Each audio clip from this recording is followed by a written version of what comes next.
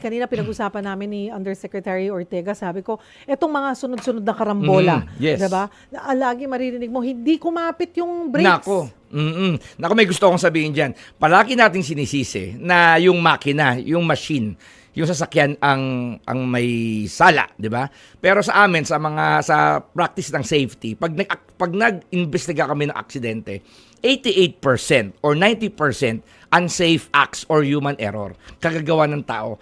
10% lang yung attribute mo dun sa makina na hindi naman nag-iisip, hindi naman nagsasalita at walang sariling isip. So ibabalik ko pa rin sa mga drivers na magsasabi kasi lumusot yung preno eh. Sino ba dapat ang nagpe-preventive maintenance? So hindi lusot yun actually na palagi natin sinisisi. Bakit mo sa minaneho makina. na without checking Correct. na maayos, lalo na yung mga truck, yung mga grabe yung load ng sasakyan, 'di ba? Yung pangmahabaan ang biyahe.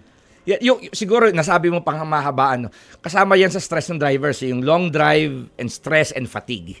Kasamang factors yan. Nagmamadali na, puyat, pagod. Siguro pag ganyan, I don't know, pero dagdag na gastos yan. Dapat meron kang mga co-pilot. O baka meron kang dapat kasamang driver. Di ba ngayon, pati yung ano mo, yung anong tawag doon, yung naninikit, ano yung kapartner ng mga sa bus companies?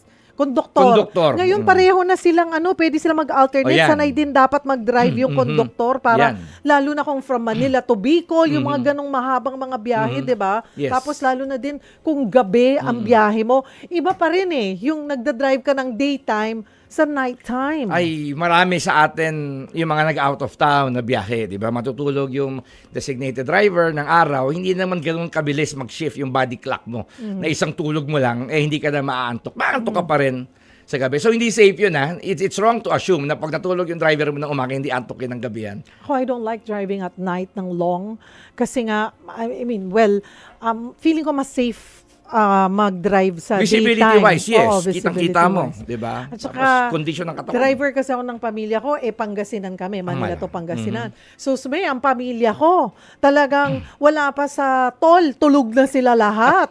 Sabi ko, talagang driver na driver ang pakiramdam ko. So, I just make sure always, ang buhay po ng mga kasama nyo sa loob ng sasakyan, whether kotse po yan, or simple, or kahit na motor, or tricycle man yan, bus, truck, nasa sa inyo po yung driver. Kaya kailangan, isaalang-alang nyo po yung safety talaga.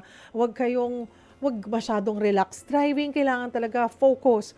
I mean, music is okay. Huwag to the point na Wala ka nang naririnig Oo, nadidistract. sa paligid mo. Oo, hindi mo na. Kaya hindi dapat yung Earphones. Oo, naka-earphones ka. Hindi mo alam ang nangyayari sa paligid mo. So, hindi rin yun dapat. Correct. Ayun. Or kung isa lang, lagyan nyo lang, isang tenga nyo lang ang meron kung ayaw ng music ng mga natutulog na kapamilya nyo. Pero just make sure po talaga na maayos. At saka yung laging pinapaalala, ipa-check nyo muna po yung sasakyan nyo for long distance. Long drive.